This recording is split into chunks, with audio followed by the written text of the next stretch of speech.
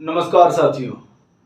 जैसा कि आप सभी जानते हैं, भारतीय इतिहास में दो बहुत महान शख्सियतें हुई हैं, जिनमें से जिनका नाम आप सभी को ज्ञात है। जिनमें से एक जो महान शख्सियत है वो है महात्मा गांधी और दूसरे हैं बाबा साहब भीमराव अम्बेडकर। तो दोस्तों, आज इस वीडियो में हम उन्हीं दोनों महान शख्सियतों के विचारों के बारे में और उनके आपसी रिश्तों के बारे में चर्चा करना चाहेंगे।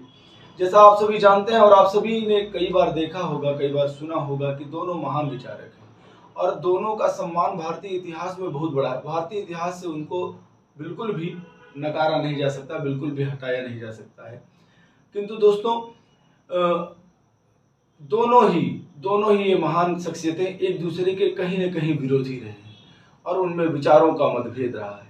जैसे आप जानते हैं कि महात्मा गांधी, जिन्होंने अहिंसा के मार्ग को अपनाया और भारतीय आज़ादी के आंदोलन में, अंग्रेजों से आज़ादी के आंदोलन में एक महत्वपूर्ण भूमिका निभाई, भारत के सभी वर्गों को एक साथ लेकर के चलने में। वहीं दूसरी तरफ बाबा साहब भीमराव अम्बेडकर, जिन्होंने बहुत ही कम समय में उच्च शिक्षा प्राप्त की और अपने आप को ज्ञानवान बनाया और दलितों के लिए, वह वर्ग जो अछूत रहा समाज में, जिसने समाज में सबसे ज़्यादा कुरीतियों को सहा। जैसे अगर आप एक इंसान है और आप यह सोचिए कि आपको छूने के बाद कोई व्यक्ति स्नान करे, तो यह उस समाज के लिए कितना ही बुरा हो सकता है, उस पर्टिकुलर पर्सन के लिए कितना बुरा हो सकता है जिसको छूने के बाद लोग नहा रहे हों। भारतीय समाज के पतन का कहीं न कहीं यह एक कारण रहा हो। तो उन्होंने, बाबा साहब भीमराव अम्बेडकर ने दलितों को एक समाज में एक स्थान दिलाने का काम किया है, जो अनवरत जारी है। उनके विचारों से लोग प्रेरणा लेकर के लगातार आज भी आगे बढ़ने के बारे में सोच रहे हैं। तो जैसा कि आप सभी जानते हैं कि दोनों महान शख्सियतें एक दूसरे की विरोधी थी। पूना पैक्ट जब हुआ तो बाबा साहब भीमराव अम्बेडकर द्वितीय गोलमेज सम्मेलन, सेकेंड राउंड टेबल कॉन्फ्रेंस में उन्होंने यह विचार रखा कि दलितों के लिए एक अलग सेपरेट इलेक्टोरेट दिया जाए, लेकिन गांधी जी इस विचार से सहमत नहीं थे और उन्होंने आमरण अनशन चालू कर दिया। और उस आमरण अनशन के आगे अंत में बाबा साहब को झुक करके, उनकी बातों को मान करके समझौता करना पड़ा। इस समझौते का नाम आप सभी जानते हैं कि पूना पैक्ट पड़ा। उसके तहत दलितों को रिजर्वेशन की बात कही गई, रिजर्वेशन दिया गया। स्कूल और कॉलेजेस में एडमिशन के लिए, सरकारी नौकरियों में प्रेफरेंस के लिए कुछ परसेंट सीट्स एससी और एसटी के लिए, जैसा आप जानते हैं, उनके लिए कर दिया गया।